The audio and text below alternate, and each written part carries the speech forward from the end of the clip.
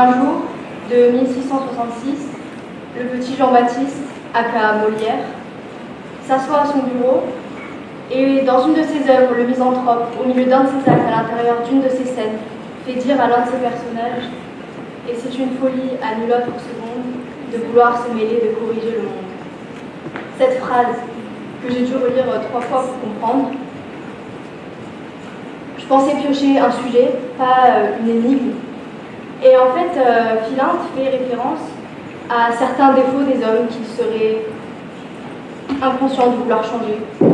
Demandez par exemple à un homme de vous être fidèle, ou demandez à une femme d'ignorer ce même homme lorsqu'il passe à côté de lui dans une Maserati.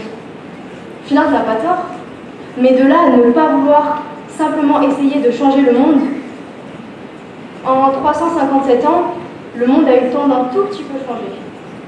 Les problèmes ne sont plus les mêmes, mais n'étant que le reflet de notre mentalité, ce monde va mal. Les guerres incessantes, les épidémies, la pollution, ou alors lorsque je vais au McDo que je commande des nuggets et qu'il en manque un dans ma boîte, celui-là est un peu plus personnel. Mais les problèmes du monde, malheureusement, ne se résument pas qu'à cela. Et oui, il faut rappeler qu'au moment même où je vous parle, des femmes en Afghanistan se font arrêter parce qu'elles sortent de chez elles dans la rue sans être accompagnées d'un homme. Et oui, l'homme, le droit chemin, ça part d'une bonne intention, alors il ne faudrait pas qu'elles s'écartent, ou pire que par malheur, elles veuillent se révolter. Quelle idée. Au moment même où je vous parle, des fillettes se font vendre par leur famille pour subir des mariages forcés, ou alors pour finir dans des réseaux de prostitution, où elles se feront violer chaque nuit par une dizaine d'hommes. Mais pourquoi les vendez-vous? Eh bien, parce qu'elles ne nous servent à rien à la maison. Elles n'ont pas le droit de travailler, elles ne ramènent pas d'argent. Ce ne sont juste des bouches à nourrir en plus, alors on n'a pas le choix. Et il n'y a pas besoin d'aller si loin pour observer la misère. Dans le pays voisin, la ville voisine, le quartier voisin, ou juste chez Xavier, votre voisin, ça ne va pas. Ce n'est pas parce que chez nous ça va que tout le monde va bien. Des millions de personnes subissent des violences extrêmes parfois, il serait égoïste d'en faire abstraction. L'homme, dans le sens plus général, peut aussi manquer de liberté. Quand certains pays prônent la démocratie imparfaite, certes, mais il est possible de débattre. Il est possible d'exprimer ses désaccords. Dans d'autres pays, il faut se taire, par peur du régime. Que dis-je par peur? Par terreur, pour protéger sa vie.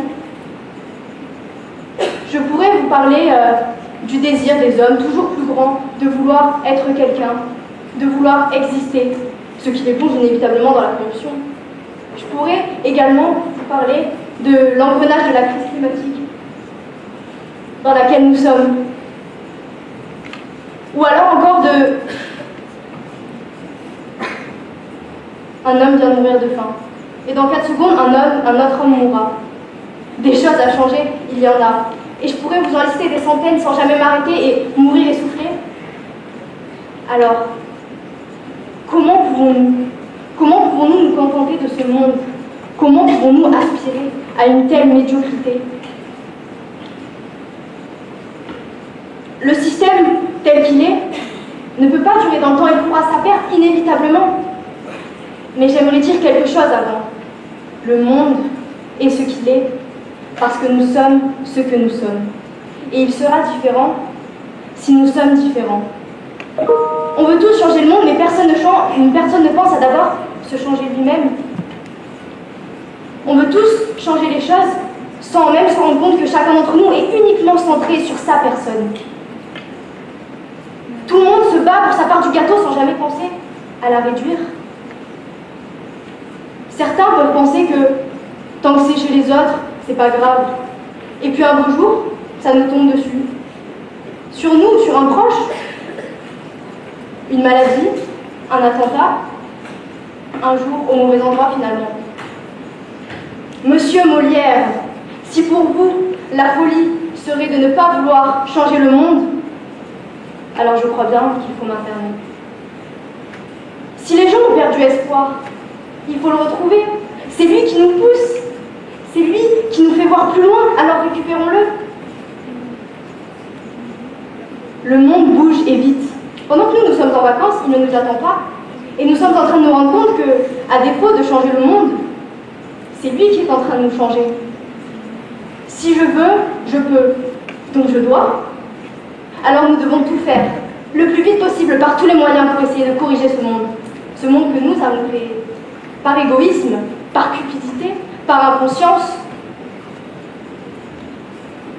Je suis désolée pour toi, Philinte. Mais pour moi, aujourd'hui, la vraie folie, la vraie, serait de ne pas vouloir changer ce monde.